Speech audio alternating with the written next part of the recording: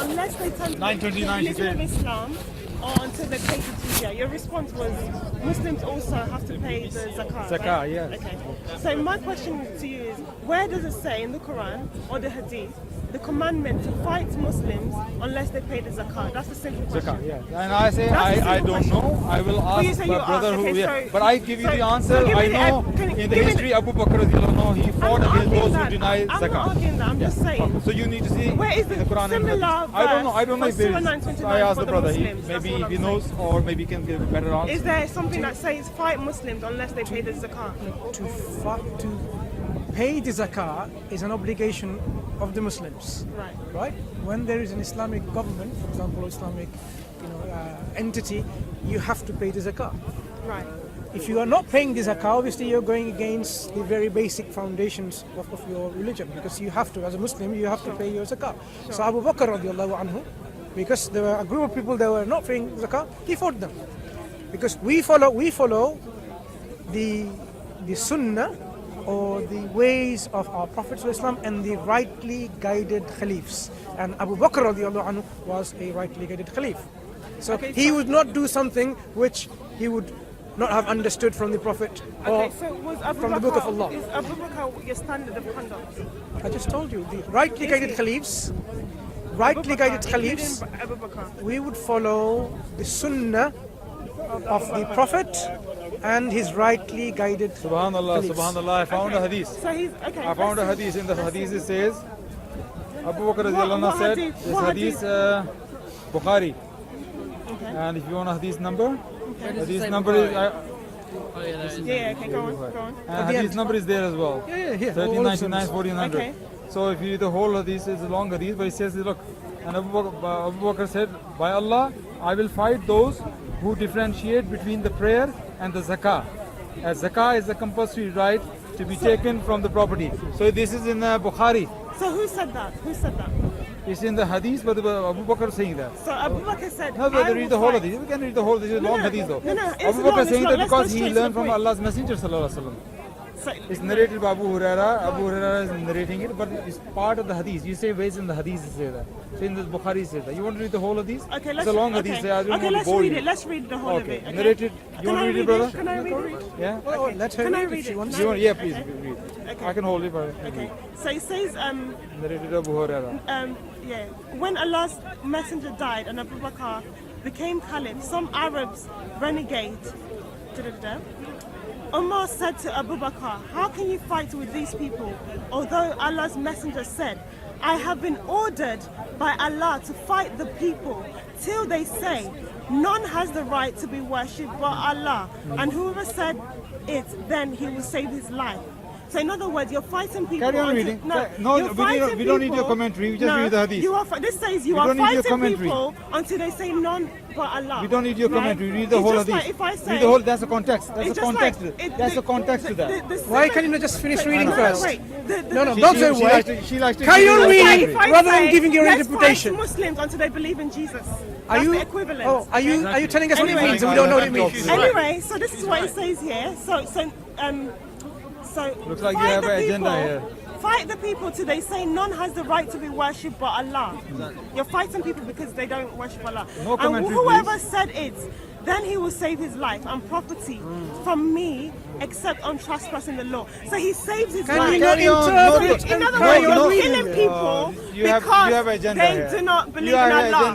That's what I thank you. You don't need your commentary. Anyway, then he goes on to say, Abu Bakr said, but Allah, I will fight those who differentiate between the prayer and the zakah, as the zakah is compulsory. To be taken from the property by Allah. So this is Abu Bakr now saying, carry on, finish reading it. Okay. Read all of it. If they refuse to pay me even as a shepkeed, which they used to pay at the time of Allah's messenger, I would fight them for withholding this. So Abu Bakr said, carry on reading, no commentary, please. Then Umar said, by Allah, it was nothing. But Allah opened Abu Bakr's chest towards his decision to fight, and I came to know his decision. So can I, because I raised the question. I don't want to talk because the brother is much knowledgeable. He will address better than me. I raised the question, right? You weren't in the conversation. Me and this brother were talking about Surah 929. where I said people were commanded to fight because of their beliefs, Christians and Jews, because of their beliefs. And unless they turn to Islam or unless they pay the jizya, yeah, in humiliation. This brother said there is an equivalent issue for the Muslim, isn't it? He said there's an equivalent. Zakah compulsory, yeah. Because zakah is compulsory. What I said to you, I said provide evidence either from the Quran or the hadith. Shall I show you the hadith? Which did? Wait, no. Which I did? Where you Hadith. are no, wait, please. Can Hadith, I, Bukhari. Let me I show you finish. the Bukhari. Let me finish though. Let me finish, please. Oh, it's I said- important to let you finish someone, right? You see? Not a So, question. Please, let me finish. so next time when you read, finish reading rather than in the middle, that's explain. different. Okay, that's That's fine. different. Okay, so Yeah? You feel now how it feels. Let Carry me on. finish. Let me finish. So the point is, I said, is there an equivalence where you Muslims have been combined to fight Muslims unless they pay the zakat? And you brought me this. Can I read it again? Just a little bit. Were you giving a lot of your commentary? The little bit. Were you giving a lot of your commentary? So you brought me this. This does not say. This is Abu Bakr saying, "I will fight Muslims." It doesn't say. Remember And earlier. who was he? Who was It's he? not a command to you Muslims. Who was he? But He was at the the Khalif. difference. Look at the difference where he says Muhammad said, "Fight the unbelievers until they believe in Allah." Exactly. Muhammad is saying, "I have been commanded," compared to Abu Bakr saying, "I will fight." So there's no command. I can't see a command there where you've been told, you've been commanded. So if I say to you, there's a difference. If I say, Speak to him. What was Abu If I Bakr say, radiallahu anhu's if I rationale? say- What Sorry. was his rationale? He said it here. Yeah. What was his rationale? He said, the hadith states it very clearly. okay, Now bring the same hadith back and you'll see the hadith. He actually gives his rationale why he's Yeah. going to fight those who do not pay the zakat. okay. So can I? Here.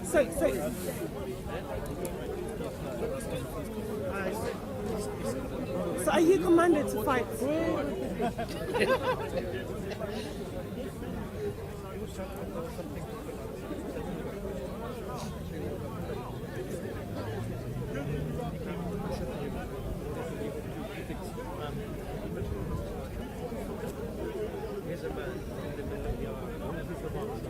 Which one?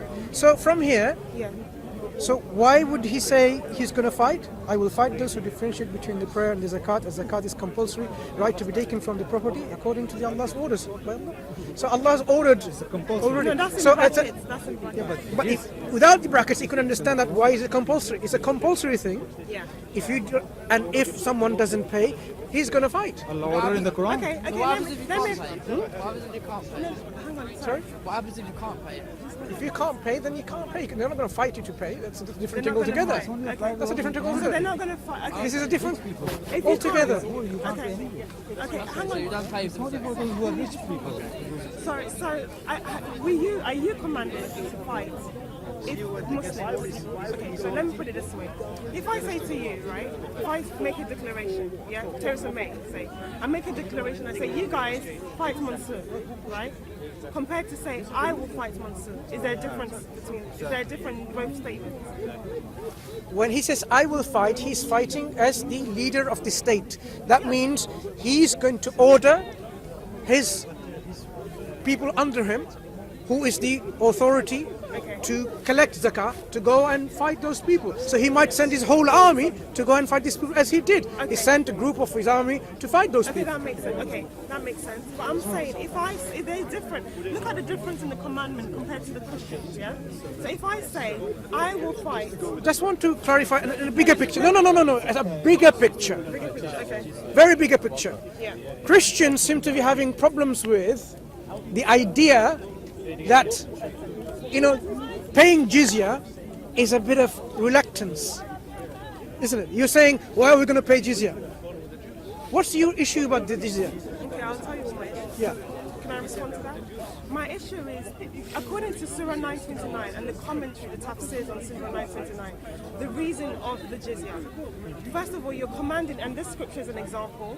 First of all, you're commanding, you're saying to Muslims that this is giving an order to fight people because of their beliefs, right? It says fight. It says fight unbelievers until they embrace Islam, right? And Does if it they say that? refuse to- yeah. Can you show us where it says until then embrace Islam? Yes. Doesn't say embrace Islam. Can you just show that where it says until they embrace Islam? Okay, let me. Can I just, let me just finish, then you can correct me where I'm wrong. No, can you just show that what you just said? Because that seems to be your understanding, isn't it? Your question also- comes from that understanding. Yes. Yeah. So where does it say that So fight those until they? According to Surah 9:29, right, it says fight those who don't believe in Allah. When we look at the tafsir, it gives us the reason why people were being taught. That's not my question, though. No, My question is your subconscious understanding that fight those until they embrace Islam. Where is that? Can I find that? I'm sure So you asked me, it's probably somewhere there, your right? Can I find question it? was- Your question to me was, what was my problem with the jizya? Yeah? I thought we said in the heading. What was Yes, my problem with correct, the jizya? correct. Okay. And I'll tell you what my problem was. with the jizya. I'll just read from your source. Okay? And I'm going to read, I'm going to read Ibn Kathir's commentary on Surah 9:29. Okay, and you can see it in Surah 9:28 as well. Allah Most High ordered the believers to prohibit the disbelievers from entering or coming near the sacred mosque. On that, Quraysh thought that this will reduce their profits. Therefore, Allah Most High compensated them and ordered them to fight people of the book until they embrace Islam or pay the jizya. Okay, and it goes on to say, and if you fear poverty, So it's not the Quran. It's Ibn Kathir's commentary. Look here, bro. and Remember if what I you- asked her? No. Carry on. And if you fear poverty, Be honest in your And conversation. if you fear poverty, soon Allah It's a will. good free advice for you. Be honest. Always be honest. And if you fear poverty, soon Allah will enrich you if He wills out of His bounty. Therefore, the Messenger of Allah decided to fight the Romans in order to call them to Islam. This is my problem. Which is? My problem with the jizya is the purpose of it. First of all, we can see from Ibn Kathir that it was because they were prohibited. The pagans were prohibited, or unbelievers were prohibited from coming to a certain land or a certain mosque. This was then going to reduce trade. Surah 9:28 tells us that if you fear poverty, Allah commands says, "I will enrich you." So in other words, because of a reduction in trade that was going to happen, a reduction in profits, then Because of 920, so it's confirmed in Surah 9:28. what does it say 928? Who's got the Quran? Sorry. Oh, you should have it. It says that, it basically says that if you fear, it talks about prohibiting people from coming to a certain place. And it says if you fear poverty, Allah will enrich you. Yeah, do you agree with that? Let's read that in context. Okay, let's read it. So basically, whole of the Islamic scholarship is out of the window, and you, a Tom, Dick and Harry like me in Speaker's Corner, can say, you know what it means is this, the reason, from your understanding, the reason jizya is instituted is actually an economic compensation.